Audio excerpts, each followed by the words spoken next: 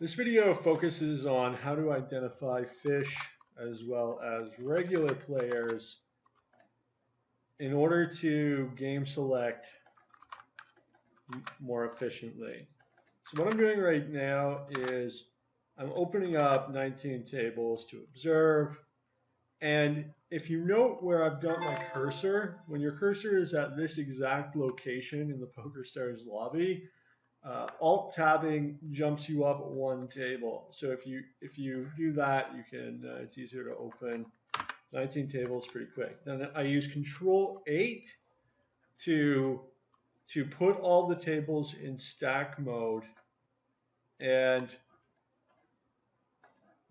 if I've got hands on these players, then I can label them based on the statistics that I've accumulated. And I can also search them or check the instant hand history to get some ideas. For example, this player, Nixter8771, is playing a tournament in one cash game of PLO. This is fish behavior, and I label them as such. This guy has very tightly connected VPIP and PFR stats. And this indicates a reg, although he's one tabling in searchable, so that indicates a fish. So when I have conflicting information like that, then maybe I'll leave him unlabeled. This player here, I see that he's open limped, and he's one table searchable, and also over a very small amount of hands, inconsiderably small. But he's made 3 calls pre-flop, no raises. This is a pretty good sign that he's a fish. And I'm tempted to label this guy. Another sign of a reg, he's from Germany. I'm just going to label him a reg. Probably, I think, a pretty good one if he's one tabling. These guys here, the stats are not definitive, of course, because there's so few of them. I'm just going to leave them unlabeled.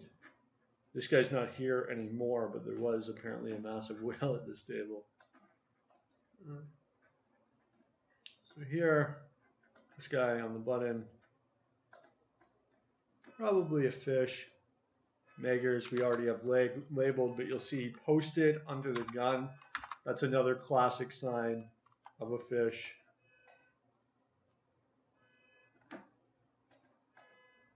And yeah, not only is this guy one tabling and searchable, but here you see he also open limped. So label him away. One table searchable. Some modest confirmation too in the fact that he's played 2 hands without raising, and here he over limped. So that's good enough for me.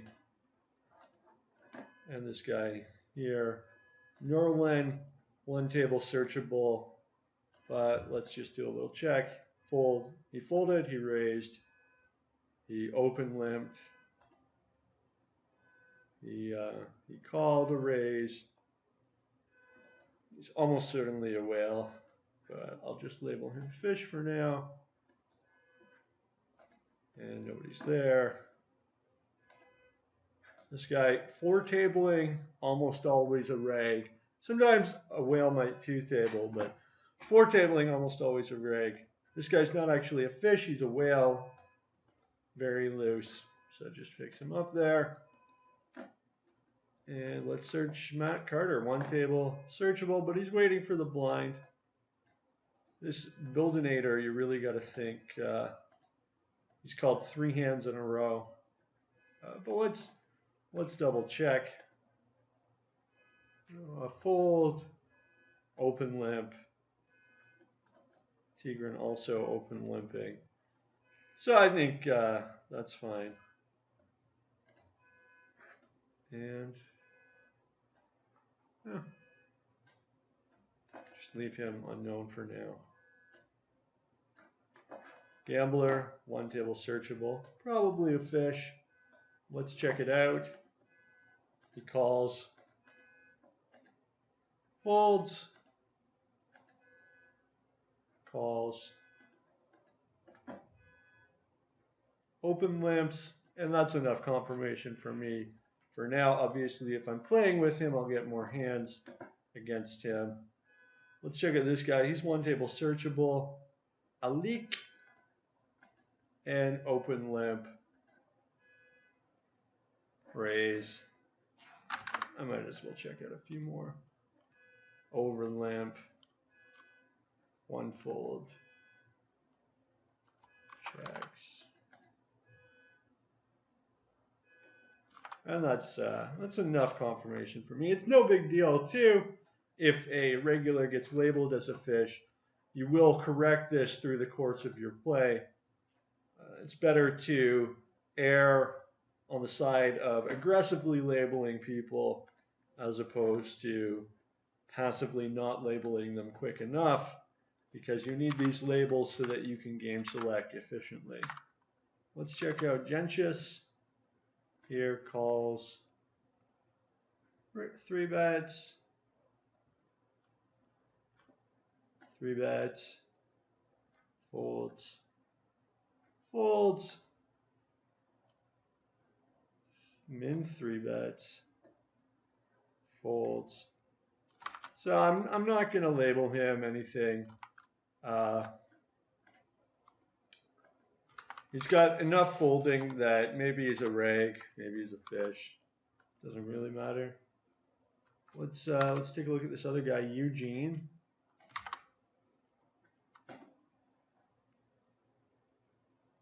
Folds, folds, raises, raises, folds, and I would say he's maybe. Well, I would say he's normally a reg, but now he open limps the button. So let's take a look a little more. 3 bets, a lot of 3 betting going on here from him. Calls, calls. Okay. So no, I think he is in fact a fish, and just there were a few folds there, which of course, I mean, sometimes they're going to fold. Most of them anyway. This guy here, a cash game in a tournament, very likely to be a fish. And you see the last hand he posted under the gun. So pretty good indication right there. And one table searchable. I'm just going to be lazy and label him as a fish. This video is almost over, so might as well. And search these guys. Headmaster and Jonathan. Let's see. Jonathan posted under the gun. Let's take a look at Headmaster. Over limps, past the open limps. Yeah, he's a fish. Repeat open limping is a dead giveaway. I mean, once in a blue moon, maybe a good player is going to open limp, but just label him fish.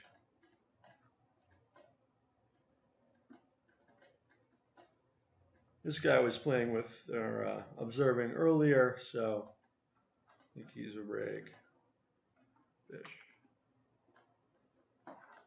And I'm just going to be lazy and label this guy a fish.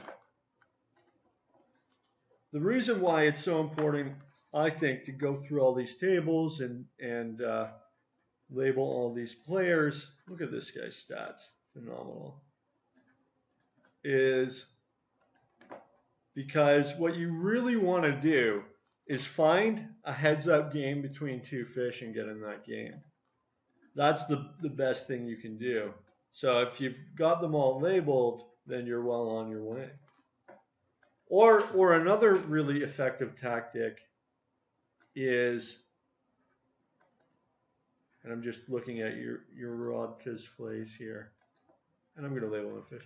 Another effective tactic is to go through all the games that are extant and then select for the ones where you have no regs labeled. So it's either all fish or unknowns in fish, and that's really win-win when you sit down at the table where there's no identified regs, because either you're going to identify 5 other players that were unidentified, or you're going to find a table full of fish, which is the most optimal. Obviously, you want to play in games where every single one of your opponents is making mistakes on a regular basis.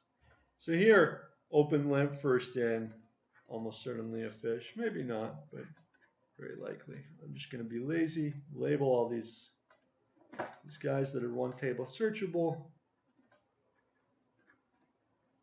And this is shaping up to be a pretty decent table here. 5 fish and 1 reg. So that's it. That's my video on how to find the best games, how to identify the totality of the population. Of course, it helps if you had some hands on them already because you've been playing, maybe you've been mass multi-tabling just a little bit, and you can't really label everybody while you're playing, 1,000 hands an hour or whatever. But hopefully you learned something here. And if you enjoyed the video, please do feel free to share it on social media or to check out the rest of my channel. I've got, I don't know how many, but quite a lot of different videos on Omaha, and I'm starting to make some on Hold'em. And if you have any questions about anything in the video, comments, anything like that, please do feel free to post in the comments, and I will respond to you right away. So thanks for watching. Bye.